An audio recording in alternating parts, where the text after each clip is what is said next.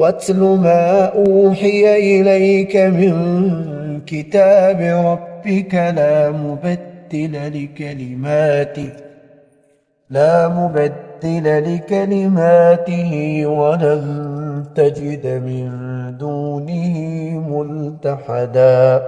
واصبر نفسك مع الذين يدعون ربهم بالغداة والعشي يريدون وجهه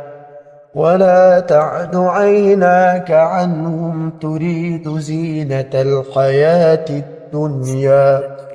ولا تطع من أغفلنا قلبه عن ذكرنا واتبع هواه وكان أمره فرطا وقل الحق من ربكم فمن شاء فليؤمن ومن شاء فليكفر إنا أعتدنا للظالمين نارا أحاط بهم سرادقها وإن يستغيثوا يغاثوا بماء كالمهل يشوي الوجوه بئس الشراب وساءت مرتفقا.